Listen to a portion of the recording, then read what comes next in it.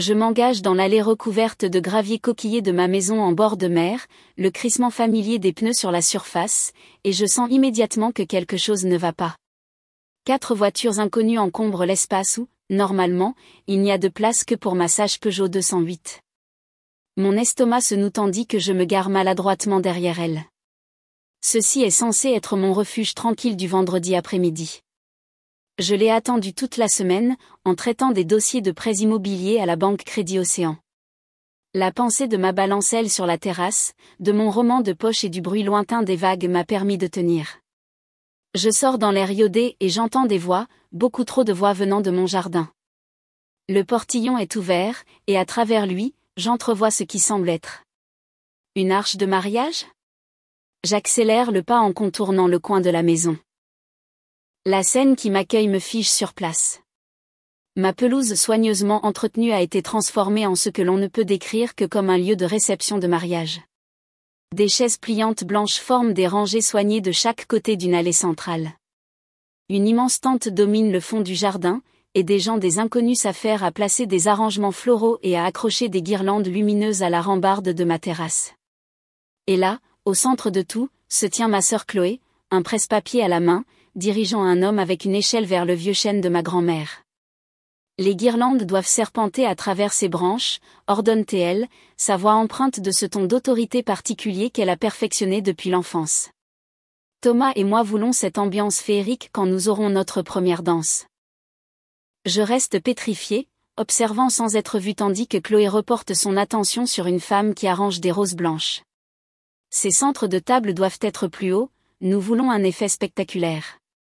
Et vérifier si le traiteur a rappelé pour le plateau de fruits de mer, mon esprit s'emballe. Traiteur ? Première danse ? Thomas est le petit ami de Chloé depuis 8 mois, mais je n'avais rien entendu au sujet de fiançailles, et encore moins d'un mariage chez moi. Finalement, ma paralysie se dissipe. J'avance. Les dalles de pierre du jardin sont fraîches sous mes pieds. Le regard de Chloé croise le mien, et pendant une seconde, je perçois une lueur de culpabilité, d'inquiétude, avant que son visage ne s'épanouisse en un sourire éclatant. Camille, tu tombes à pic, lance-t-elle en me faisant signe de m'approcher, comme si j'étais juste un autre prestataire du mariage. On a besoin de ton avis sur le plan de table. Je peine à trouver ma voix. Qu'est-ce qui se passe ici ? Le sourire de Chloé ne faiblit pas. Ah, maman ne t'a rien dit ? On finalise les détails du mariage, la cérémonie c'est samedi prochain. Tu arrives juste à temps pour aider avec les marque-places. Mon regard balaie ma propriété transformée. Mon havre de paix sacré du week-end, pour lequel j'ai enchaîné les gardes pendant 5 ans. L'acompte représentant d'innombrables invitations à dîner déclinées et des déjeuners sur le pouce. Tu organises ton mariage. Ici. Dans ma maison ? Les mots sortent, tendus. Une femme vêtue d'un blazer élégant s'approche, la main tendue. Vous devez être la sœur généreuse dont j'ai tant entendu parler. Je suis Amandine, l'organisatrice du mariage. Le lieu est absolument parfait pour ce que Chloé et Thomas avaient imaginé. Je lui serre la main automatiquement tout en digérant ses paroles. Sœur généreuse ? Le lieu ? Mes yeux se posent sur une table couverte d'élégantes enveloppes couleur crème. J'en prends une, en faisant glisser le carton d'invitation gaufré à l'intérieur. Les mots se brouillent avant de redevenir nets. Point ont la joie de vous convier à la célébration de leur mariage. À la Maison des Mouettes. 2, Allée des Mouettes, plage des Sables Blancs, Bretagne. Le souvenir refait surface, involontairement. Debout dans ce même jardin il y a 5 ans, la clé à la main. Tremblante de fierté alors que l'agent immobilier me félicitait pour mon acquisition. Les mois d'épargne, les heures supplémentaires, la promotion que j'avais obtenue à la force du poignet, tout cela culminant en ce moment d'accomplissement. Mon propre coin de paradis. La voix de ma mère avait brisé ma joie. Quel gâchis pour une seule personne, tu ne trouves pas ? La famille aurait pu mettre ses ressources en commun pour quelque chose dont nous aurions tous pu profiter. Et Chloé. Une coupe de champagne déjà à la main. C'est parfait pour les réunions de famille. J'ai hâte d'amener mes amis pour des week-ends à la mer, j'avais souri, crispée, sentant déjà mon droit de propriété m'échapper, bien que mon nom soit le seul sur le titre de propriété. Depuis, ce fut une érosion constante. Mes parents amenant des invités à dîner sans prévenir. Chloé empruntant la maison pour des escapades le week-end. Le double des clés que j'avais données à maman pour les urgences se multipliant mystérieusement. Les membres de la famille allant et venant à leur guise. Le désordre que je devais nettoyer. Mes affaires déplacées. Le mépris désinvolte pour mon espace. Mes doux rappels se heurtant à la même réponse. On est en famille. Pas besoin de faire de manière. La voix d'Amandine me ramène au présent. Chloé m'a dit que vous étiez ravie d'accueillir l'événement. Nous travaillons sur les détails depuis des mois. Des mois. Ils ont planifié cela pendant des mois sans me le demander. Quelque chose bascule en moi. Toute une vie à être la responsable. La raisonnable. Celle qui fait des sacrifices pour l'harmonie familiale, et voilà comment ils me remercient. Pendant un instant, je m'imagine exploser. Arracher les décorations, exiger que tout le monde parte. Au lieu de ça, un calme étrange s'installe en moi. Excusez-moi, dis-je doucement en me tournant vers ma voiture. Camille, m'appelle Chloé. Où est-ce que tu vas? On a besoin de ton aide pour le plan de table. Je continue de marcher, les clés serrées dans ma main. Camille, sa voix monte. Ne sois pas difficile. On a des obligations familiales. Le mot résonne alors que je me glisse dans mon siège conducteur. Obligations. Toujours mes obligations envers eux, jamais les leurs envers moi. En m'éloignant, j'aperçois l'expression frustrée de Chloé dans mon rétroviseur. Pour la première fois depuis des années, je ne ressens pas le poids familier de la culpabilité. À la place, je sens quelque chose de nouveau prendre sa place. De la détermination. Je conduis sans but pendant près d'une heure avant de retourner à mon appartement, les doigts encore crispés sur le volant. L'invasion inattendue de mon sanctuaire balnéaire se rejoue en boucle dans mon esprit, comme un film d'horreur que je ne peux pas éteindre. Dans mon appartement, je laisse tomber mon sac sur le comptoir de la cuisine et m'effondre sur le canapé. Mon téléphone vibre sans cesse, 3 appels manqués de Chloé, 2 de maman, et un SMS de papa qui dit simplement « Appelle ta mère ». Au lieu de cela, j'ouvre mon ordinateur portable et je tape « Mariage Chloé Durand » dans la barre de recherche. Mon estomac se serre alors que les résultats inondent l'écran. Le tableau Pinterest de Chloé apparaît en premier, « Mariage de rêve à la mer », créé il y a 8 mois. 8 mois de planification, sans une seule conversation avec moi. Je clique sur son Instagram. Une publication d'il y a 3 semaines la montre avec Thomas, trinquant au champagne sur ma terrasse. La légende dit, dernière visite technique dans la superbe maison de ma sœur géniale.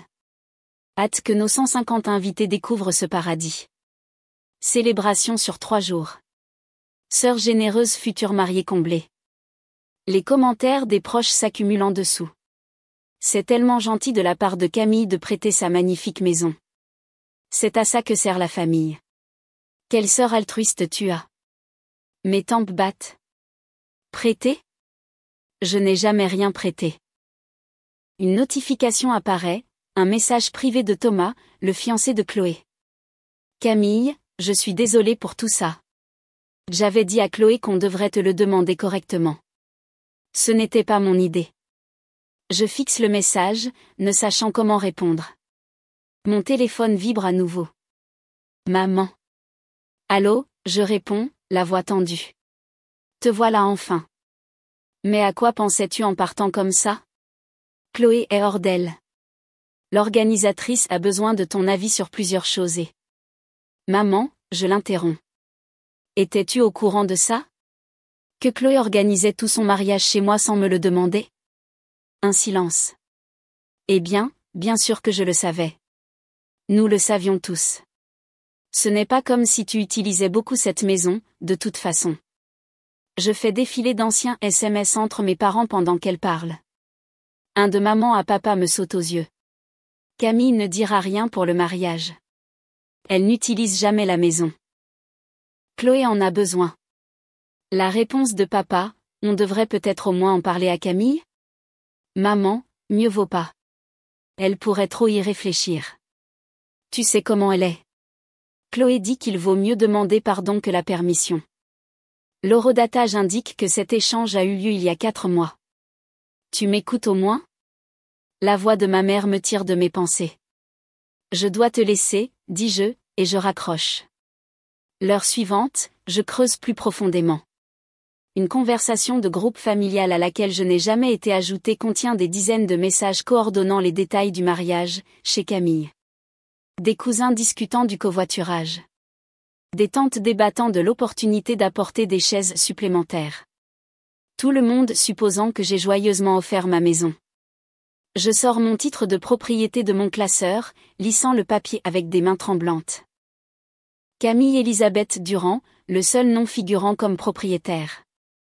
Les relevés de prêt montrent des paiements provenant uniquement de mon compte. Chaque facture d'électricité, de gaz, d'eau, chaque paiement d'assurance et coût d'entretien est sorti de mes économies. La prise de conscience me frappe avec une clarté saisissante. Il ne s'agit plus d'une maison. Il s'agit de respect. Je recherche, loi sur la violation de propriété privée, et utilisation non autorisée d'une propriété privée. Je calcule les coûts en eau et électricité pour 150 invités sur 3 jours. Les dommages potentiels à la propriété. Les questions de responsabilité si quelqu'un se blesse. Les chiffres grimpent de façon alarmante. Mon téléphone sonne. Léa, ma meilleure amie depuis l'université. Le mariage de ta sœur, dit-elle quand je réponds. Je viens de recevoir une invitation pour ta maison à la mer. Depuis quand tu organises un mariage? Je lui explique la situation, ma voix gagnant en assurance à chaque détail. Camille, dit fermement Léa. Tu n'es pas folle d'être en colère. C'est scandaleux. Qu'est-ce que tu vas faire? Je ne sais pas encore, je réponds. Mais j'en ai fini d'être un paillasson. Le lendemain au travail, mon collègue Julien remarque ma distraction. Problème de famille, j'explique brièvement pendant notre pause déjeuner. Il hoche la tête d'un air entendu. Laisse-moi deviner, ils ont franchi une limite et s'attendent à ce que tu acceptes sans rien dire? Je lève les yeux, surprise. Comment tu as su? J'ai connu ça. Mon frère empruntait ma voiture sans me le demander. Il a continué jusqu'à ce que je change les serrures de la maison où je gardais les clés. Il se penche en avant. Tiens bon, Camille. La famille peut être la pire pour violer les limites parce qu'elle pense avoir un droit acquis au pardon. Cet après-midi-là, je reçois un SMS de mon voisin à la mer, beaucoup de va-et-vient chez toi ces derniers temps. Tout va bien? Les pièces s'assemblent pour former un plan. Je quitte le travail plus tôt et je conduis jusqu'à la maison. Je regarde depuis l'autre côté de la rue Chloé diriger des fleuristes qui transportent des compositions à l'intérieur. Ma maison. Mon sanctuaire. Au magasin de bricolage, j'achète de nouvelles serrures et des caméras de sécurité. Le serrurier arrive 1 heure après le départ de Chloé. Au coucher du soleil, ma maison est à nouveau sécurisée. De retour à mon appartement, je rédige un email soigneux. À la famille. Objet, accès à la maison de la plage. Je vous informe qu'à compter d'aujourd'hui, toute personne souhaitant se rendre à ma propriété au 2, allée des Mouettes devra me contacter directement pour obtenir la permission et les modalités d'accès. Les serrures ont été changées pour des raisons de sécurité. Cordialement, Camille Durand. J'appuie sur « Envoyer », puis je mets mon téléphone en silencieux alors qu'il se met immédiatement à sonner. Les réponses affluent quelques minutes plus tard. Maman, ne sois pas ridicule. On est en famille. Où est le double des clés? Papa, appelle ta mère, elle est contrariée. Le message de Chloé arrive sous forme d'appel vocal que je laisse aller sur la messagerie. Sa voix tremble de rage quand je l'écoute. Comment peux-tu être aussi égoïste juste avant mon mariage? Tu es en train de tout gâcher. Je prépare ça depuis des mois. J'envoie une seule réponse. C'est ma propriété, achetée avec mon argent. Personne ne l'utilise sans ma permission. Puis je coupe toutes les notifications et j'ouvre mon ordinateur portable. Un article de tourisme local attire mon attention. L'agence Bretagne Escapade recherche des propriétés à louer pour des visiteurs exclusifs. Je clique sur leur site web. Recherche de propriétés de caractère à présenter à notre clientèle haut de gamme. Mes doigts survolent le formulaire de contact. Pour la première fois depuis des jours, je sens un calme s'installer en moi. Je télécharge leur contrat de location, lisant chaque clause attentivement, imaginant la solution parfaite prendre forme. 3 heures plus tard, j'ai créé un plan complet avec des solutions pour chaque réaction possible de ma famille. J'ai documenté l'état actuel de ma maison, calculé des tarifs de location justes et préparé un contrat qui protège mes intérêts. Quand je signe enfin le contrat de location avec Bretagne Escapade, je reconnais ce moment pour ce qu'il est, le point de non-retour. Et je ne le regrette pas une seule seconde. 2 jours plus tard, mon téléphone vibre pour la 17e fois ce matin. Je le sais parce que je les ai comptés. Chaque vibration envoie une petite secousse à travers le bureau en bois de la banque Crédit Océan, où j'essaie de me concentrer sur un dossier de prêt depuis près d'1 heure. L'écran s'illumine à nouveau avec le nom de Chloé, accompagné d'un aperçu de SMS qui commence par « Tu es complètement ridicule ». Je mets le téléphone en silencieux et le retourne face contre table. 3 autres messages arrivent en succession rapide, leurs vibrations étouffées ressemblant à des guêpes en colère piégées contre le bureau. Des soucis à la maison, demande Julien depuis le box voisin. Ses yeux croisent les miens par-dessus la cloison, l'inquiétude évidente dans le léger froncement de ses sourcils. Ma famille vient de découvrir que les limites existent, dis-je, surprise par la fermeté de ma propre voix. Ils ne le prennent pas bien. La sonnerie de l'ascenseur attire mon attention sur le hall principal de la banque. Mon estomac se serre. Ma mère traverse les dalles de marbre, sa démarche déterminée et ses épaules rigides annonçant sa mission à quiconque la regarde. Elle porte sa tenue de présidente d'association caritative, tailleur pantalon en lin bleu, perles, escarpins redoutables. Elle n'oserait pas, je murmure, mais bien sûr qu'elle oserait. C'est exactement ce qu'elle ferait. C'est ta mère, chuchote Julien, s'enfonçant un peu plus dans son fauteuil. Je me lève avant qu'elle n'atteigne mon bureau, l'interceptant près de la fontaine à eau. Maman, c'est mon lieu de travail. Et apparemment le seul endroit où je peux te joindre ? Dit-elle, la voix suffisamment forte pour que les collègues à proximité interrompent leur frappe. Puisque tu as décidé d'ignorer les appels de tout le monde et de changer les serrures sans prévenir. L'ancienne Camille l'aurait immédiatement guidée vers la salle de pause, désespérée de minimiser la scène. Au lieu de cela, je sens un calme étrange s'installer, comme si j'entrais dans une eau fraîche. Nous pouvons parler après le travail, dis-je. Je te rejoins au café de la baie à 17h30. Ta sœur est anéantie. Le lieu était parfait. Comprends-tu ce que tu as fait ?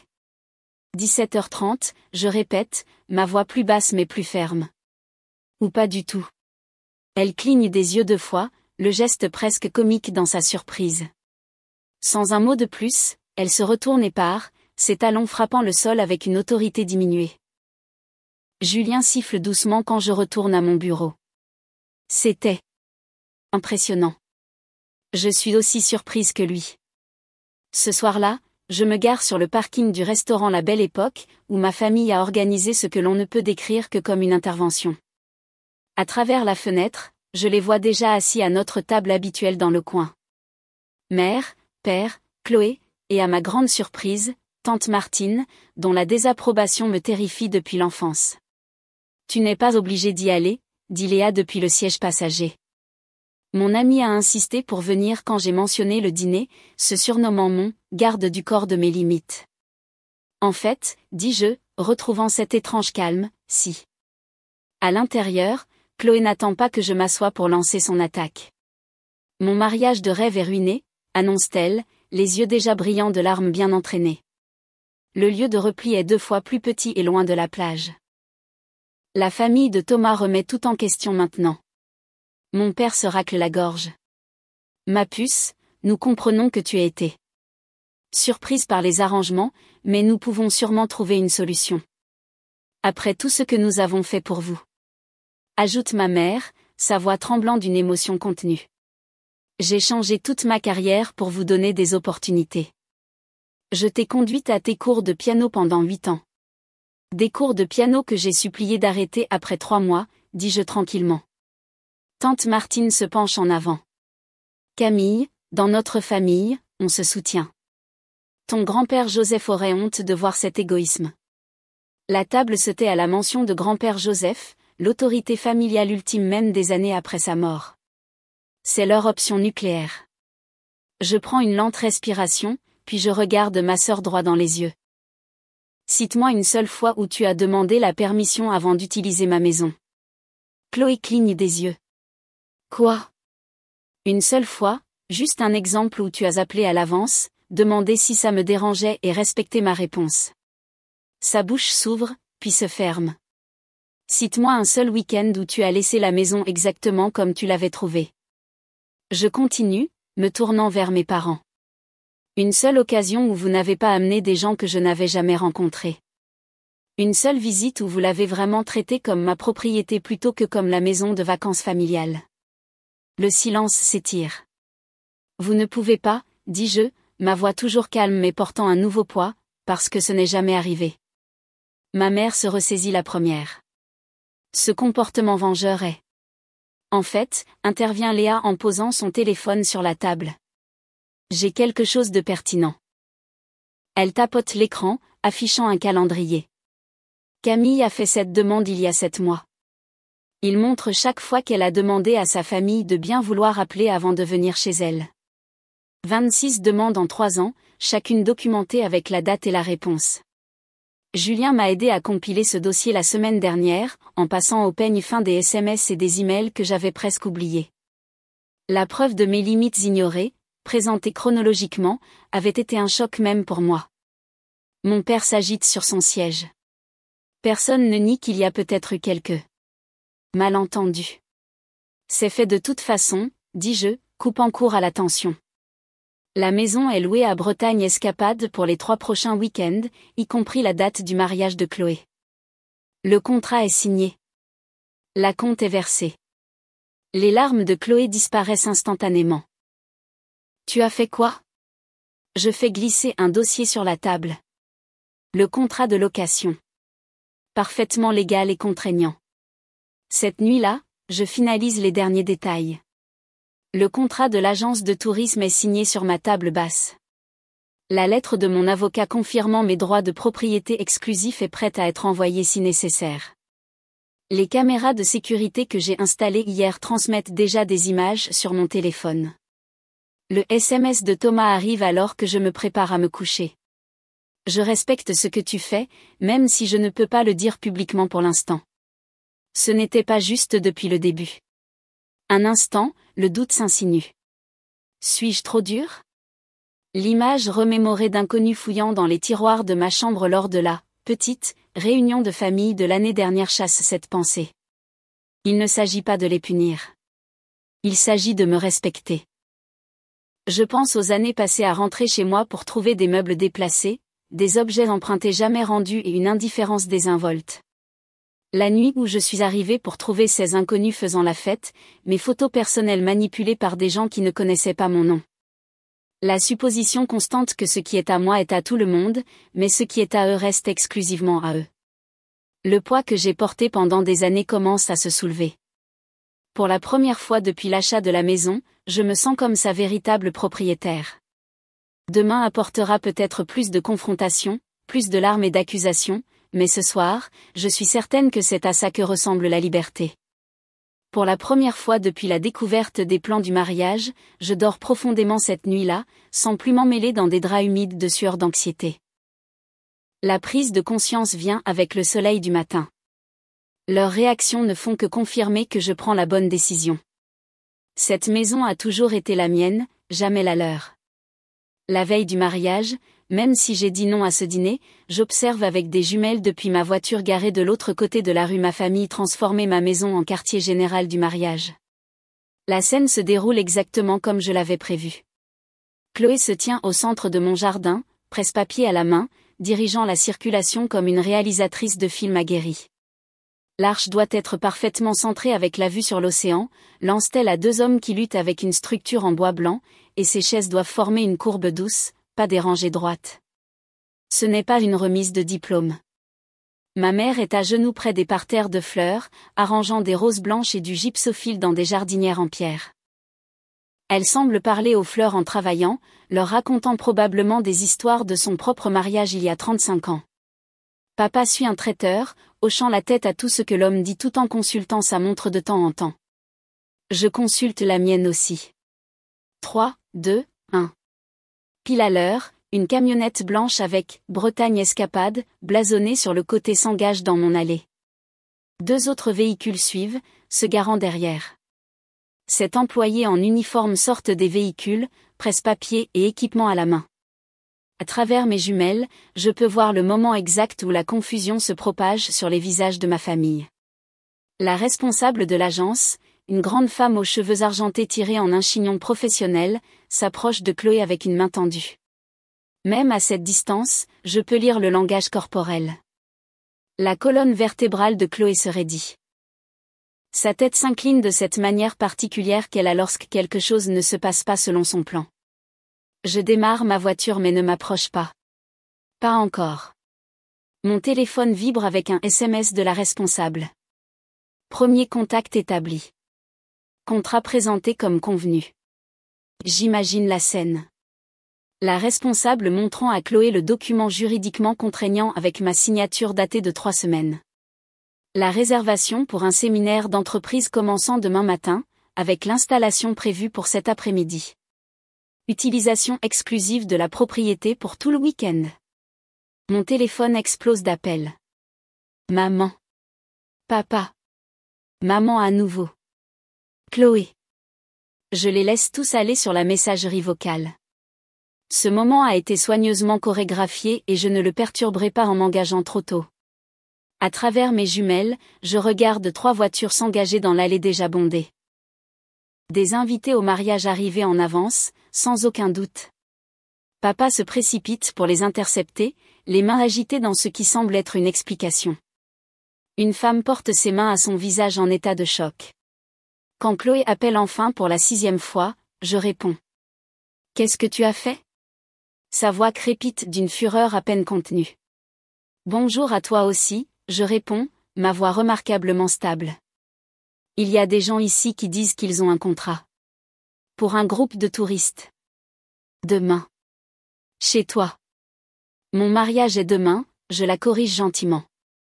Ma maison. Pas le lieu de ton mariage. C'est ta maison, hurle-t-elle. Tu peux dire à ces gens de partir. Tu ne me l'as jamais demandé, Chloé.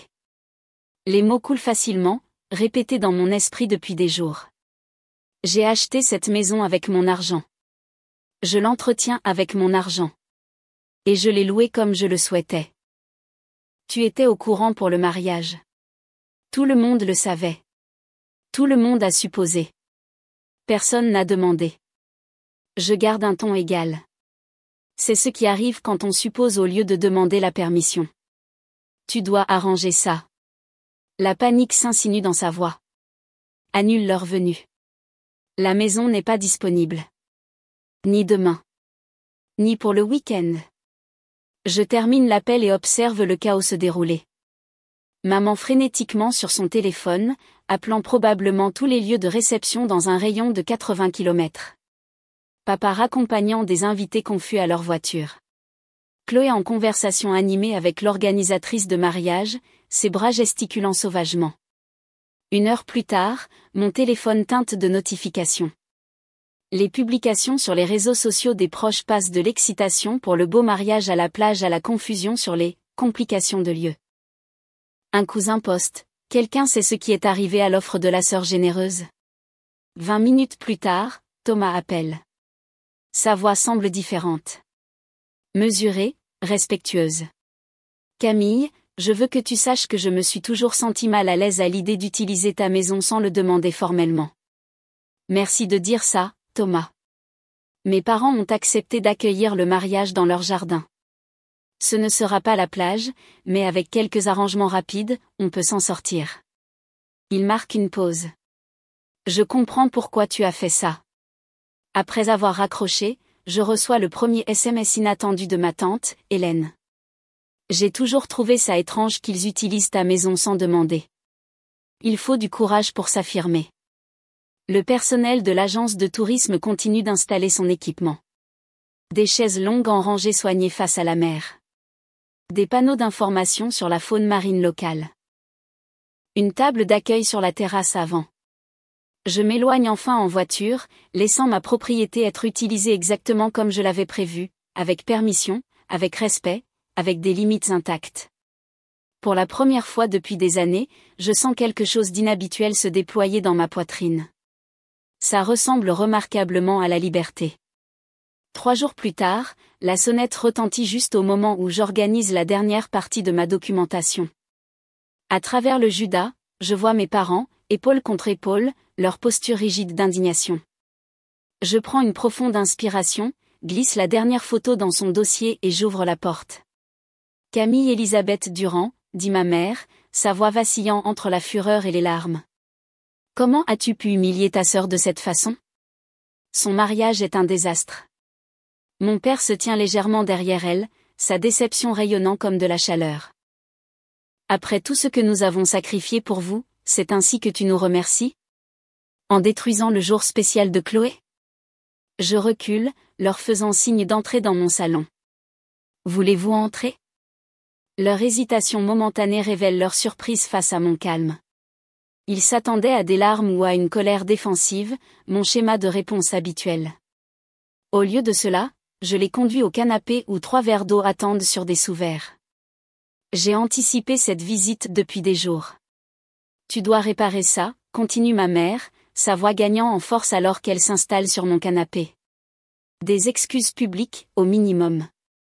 Et tu devras compenser pour le changement de lieu. Le jardin des parents de Thomas était à peine adéquat. Mon père se penche en avant, son ton s'adoucissant pour prendre la voix raisonnable qu'il utilise pour conclure des affaires. Ma chérie, tout le monde fait des erreurs, mais c'est la famille. Si tu ne fais pas amende honorable, j'ai bien peur que tu te retrouves coupé d'eux. J'ai préparé quelque chose que j'aimerais que vous voyiez, je l'interromps, faisant glisser un épais dossier bleu sur la table basse. Ma mère y jette un coup d'œil sans le toucher. Qu'est-ce que c'est censé être? De la documentation, je réponds en l'ouvrant moi-même. 5 ans de violation de limites dans ma maison à la mer. Je l'ai organisé chronologiquement. Leurs expressions passent de la colère vertueuse à une confusion méfiante alors que je commence à étaler des photographies. Des taches de vin sur le couvre-lit de ma grand-mère après un petit rassemblement, non autorisé qui a laissé 17 bouteilles vides. Des brûlures de cigarettes sur les meubles de la terrasse causées par les amis de mon cousin. Des empreintes de pâte boueuse sur mon tapis de chambre blanc laissé par le chien de quelqu'un. Je suis restée silencieuse trop longtemps, dis-je, ma voix stable malgré les battements dans ma poitrine. Chaque fois que j'ai demandé du respect, vous m'avez ignoré. Chaque limite que j'ai posée, vous l'avez franchie. Mon père s'agite, mal à l'aise. C'est juste de l'usure normale. Ce n'est pas normal, je contre, sortant une pile de factures. Ce sont les coûts de réparation. Vous remarquez les signatures? Toutes les miennes. Je ne vous ai jamais demandé un centime. Le visage de ma mère rougit. Nous sommes une famille. Nous ne devrions pas avoir besoin d'invitation formelle ou. Une famille se respecte mutuellement, dis-je, la coupant avec une douceur qui me surprend même. La maison est à moi. Mon nom est sur le titre de propriété. Mon argent l'a payé. Je fais glisser la documentation de la propriété, le relevé de prêt, la police d'assurance, tous ne portant que mon nom. Tu n'avais pas le droit de. Commence mon père. J'avais tous les droits, je réponds en tapotant du doigt le titre de propriété, tout comme j'avais le droit de la louer à l'agence de tourisme. Leurs yeux s'écarquillent alors que je sors mon téléphone et que je fais défiler jusqu'à la vidéo de la caméra de sécurité d'il y a 3 mois. Ma mère faisant visiter ma chambre à 6 inconnus, ouvrant les tiroirs, montrant notre maison de plage familiale. C'est une propriété privée, pas un temps partagé familial, dis-je. Et ceci, je place le faire-part de mariage de Chloé sur le dessus de la pile, a été planifié sans que je le sache ou que je donne mon consentement. Les mains de ma mère tremblent légèrement alors qu'elle ramasse le faire-part. Pour la première fois, je vois de l'incertitude dans ses yeux. Si vous voulez avoir une relation avec moi à l'avenir, voici mes conditions. Je sors une seule feuille de papier. Personne ne vient sans permission explicite. J'exige un préavis et une confirmation. Toutes les copies de mes clés doivent être rendues immédiatement. Le visage de mon père s'assombrit. Tu ne peux pas dicter. Je peux et je le fais, dis-je, soutenant son regard. Ce ne sont pas des demandes. Ce sont des exigences. Le silence s'étire entre nous. Ma mère regarde les preuves étalées sur la table, la manifestation physique d'années de mépris.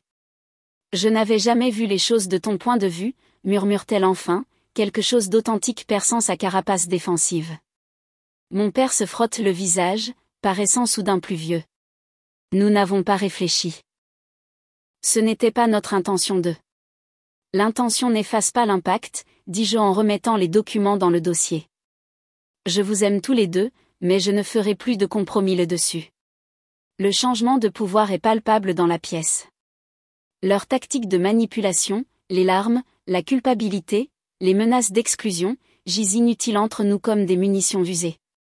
Mon père plonge la main dans sa poche et pose une clé sur la table. Ma mère hésite avant d'ajouter la sienne à côté. Chloé en a une aussi, admet ma mère. Je hoche la tête. Je la récupérerai auprès d'elle. Elle ne le prendra pas bien, prévient mon père. Ce n'est pas ma responsabilité, je réponds. Alors qu'il se prépare à partir, ma mère s'arrête à la porte. Viendras-tu au dîner du dimanche la semaine prochaine ? Je croise son regard fermement. Je te dirai d'ici jeudi si je suis disponible. Quelque chose passe entre nous, une nouvelle compréhension. Elle hoche la tête une fois, acceptant ce petit mais significatif changement dans notre dynamique. Après leur départ, je reste dans mon appartement silencieux, le cœur battant, non pas d'anxiété, mais d'une légèreté étrange et inconnue. Pour la première fois depuis des années, je sens le poids de leurs attentes se soulever de mes épaules. Je ramasse les clés qu'ils ont laissées, symbole d'une limite enfin respectée, et je les place dans le tiroir de mon bureau. La bataille n'est pas terminée. Chloé sera plus difficile à convaincre que mes parents, mais pour l'instant, en ce moment, j'ai reconquis quelque chose d'essentiel. Ma maison. Mes limites. Ma vie. La lumière du soleil matinal inonde ma terrasse alors que je m'installe dans ma balancelle, une tasse de café réchauffant mes mains. 6 mois ont passé depuis le fiasco du mariage, et ma maison me semble vraiment mienne pour la première fois. Pas de visiteurs inattendus. Pas de meubles déplacés. Pas de SMS d'excuses pour emprunter la maison pour le week-end. Je passe mes doigts sur les nouveaux coussins que j'ai choisis le mois dernier, un tissu sarcelle doux qui me rappelle l'océan à midi. Les étagères que j'ai installées contiennent maintenant mes romans préférés au lieu des magazines oubliés de Chloé. Des carillons avant teintent doucement depuis le coin de la terrasse, un son qui est devenu synonyme de paix. C'est à ça que devrait ressembler un foyer, je me murmure, en regardant un couple de bécassos danser le long du rivage. Mon téléphone vibre avec un SMS de Julien, du bureau. Encore félicitations pour la promotion. La banque a de la chance de t'avoir à la tête du pôle des prêts aux entreprises. La promotion est arrivée après que j'ai présenté mon propre plan de restructuration au lieu de laisser le vice-président s'attribuer le mérite de mes idées. Quelque chose a changé en moi ce jour-là dans la salle de conférence quand j'ai dit, en fait, j'ai développé cette stratégie et j'aimerais la présenter moi-même. La confiance acquise en tenant tête à ma famille s'est répercutée sur tous les aspects de ma vie. Samedi dernier, j'ai dîné avec papa et maman pour la première fois depuis des mois. La conversation était un peu guindée au début, mais ils ont respecté les limites que j'avais établies. Papa a demandé avant de se resservir de l'eau. Maman a appelé hier pour me remercier d'être venue plutôt que de supposer que nous nous reverrions ce week-end. Certains proches ne comprennent toujours pas. Tante Patricia insiste sur le fait que je suis rancunière, tandis que l'oncle Étienne soutient que la famille devrait avoir un accès illimité aux maisons des uns et des autres. J'ai accepté que tout le monde ne s'adaptera pas à la nouvelle normalité. Thomas, étonnamment, appelle de temps en temps. Après avoir épousé Chloé dans le jardin de ses parents, qui s'est avéré magnifique malgré le changement de dernière minute, il semble sincèrement investi dans la construction d'une relation respectueuse. Ta sœur apprend, m'a-t-il dit la semaine dernière. Lentement, mais elle essaie. Ma sonnette retentit à 11 heures précises. Chloé se tient sur ma terrasse, les mains jointes nerveusement devant elle. Merci de me laisser passer, dit-elle en attendant que je l'invite à entrer. Nous allons à la cuisine où j'ai préparé un déjeuner simple. Elle remarque les photos de famille que j'ai réarrangées sur le mur toujours présentes, mais ne dominant plus l'espace. J'aime bien ce que tu as fait de la maison, dit-elle en s'installant sur une chaise que je lui indique. Notre conversation serpente à travers des sujets jusqu'à ce qu'elle dise enfin, je n'avais jamais vraiment réfléchi à la façon dont nous traitions ta maison avant. Je supposais juste. Qu'elle était en partie à toi, je termine. Elle hoche la tête, examinant son sandwich. Je suis désolée. Les mots flottent entre nous, fragiles mais sincères. À 16 heures, elle jette un coup d'œil à sa montre et se lève. Je devrais y aller. Merci d'avoir respecté mon temps, je lui dis en la raccompagnant à la porte. Son sourire est hésitant mais authentique. C'était sympa. On pourrait peut-être refaire ça un de ces jours? J'aimerais bien, je réponds, surprise de le penser vraiment. Plus tard, assise sur ma terrasse avec Léa et deux nouvelles amies de mon cours de poterie, je verse du vin dans des verres dépareillés. Nous rions alors que le soleil entame sa descente, peignant le ciel de orange et de roses éclatants. Mon téléphone s'allume avec un SMS de Chloé. Merci de m'avoir reçu aujourd'hui. Hâte d'être à la prochaine fois. Avec ta permission, bien sûr. Clin d'œil, je souris, posant mon téléphone pour rejoindre la conversation. Les limites que j'ai construites n'ont pas rétréci mon monde comme je le craignais autrefois. Elles l'ont élargi, créant un espace pour des relations basées sur le respect mutuel plutôt que sur l'obligation. La brise marine transporte l'odeur du sel et des possibles alors que le soir s'installe autour de nous. Pour la première fois depuis des années, je me sens parfaitement à ma place dans ma propre vie.